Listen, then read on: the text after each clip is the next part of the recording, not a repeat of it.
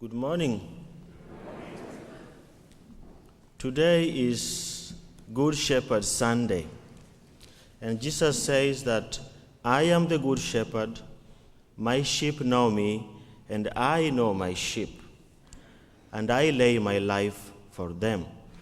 But when He is not present, He leaves us in safe hands. He leaves us in the hands of good donkeys, so that the donkeys can take care of us, the sheep. A donkey is called punda in Swahili, and sheep is called kondoo. This week, as other weeks, we sit down always with Father Charles to prepare the homily for Sunday that we deliver together here. So this week, when we were sharing about the gospel of this Sunday, Father told me that it is the tradition in Oregon that you use llamas to guard sheep as shepherds. I didn't know what those llamas are, because I've never seen them. So I told him that in Kenya we use punda to guard the sheep. And punda is very responsible. It's very aggressive, very strong, but always they know the owner, they know the family so well, and they know the livestock, so they cannot harm the livestock.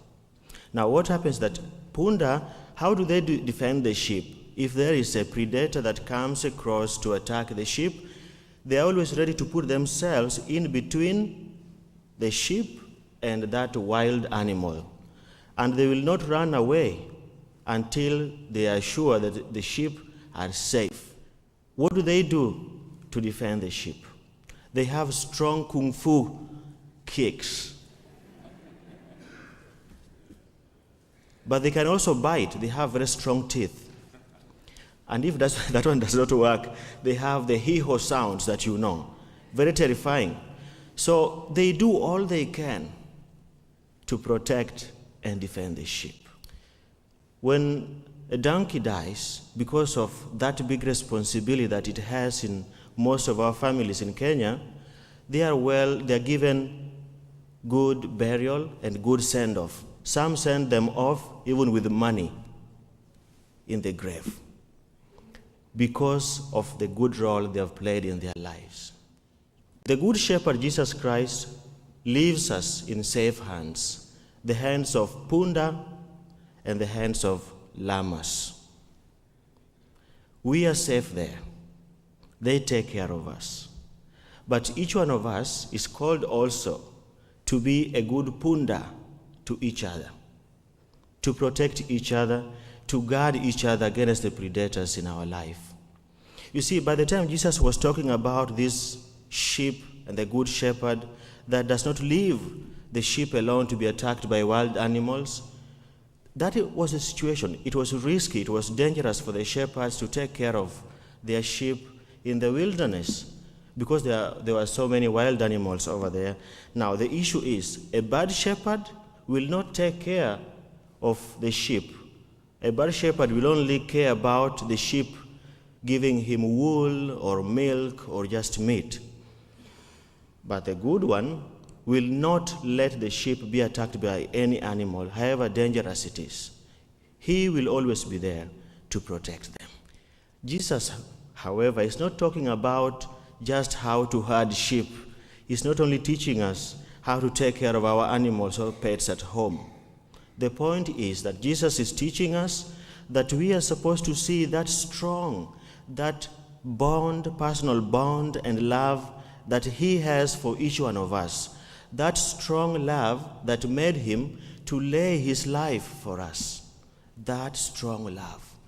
And that strong love, if we can see it, we should also manifest it, make it a reality into the lives of others.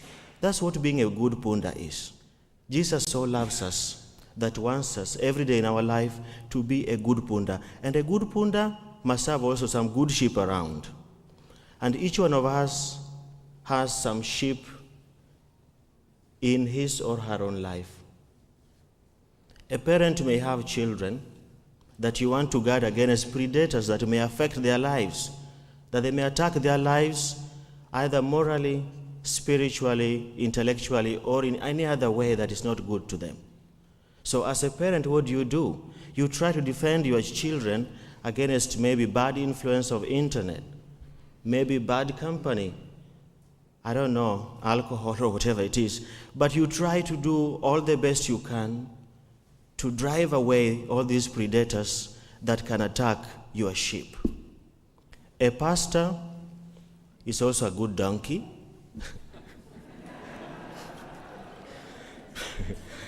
because he's not hearing, just don't mind about that. He is also a good donkey because he defends each one of us and he tries to protect us so that we avoid the predators. And those predators maybe at times can be the moral, spiritual, or intellectual indifference or moral lukewarmness. So he defends us against that. And that is not only his role. Even you and me, we are donkeys. Because we are supposed to defend each other against all those kind of things that may affect our lives, that may not make our lives be what God meant them to be.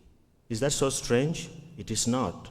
Because some people say that if you are called a donkey, an ass, donkey, then it means that you are stubborn. No.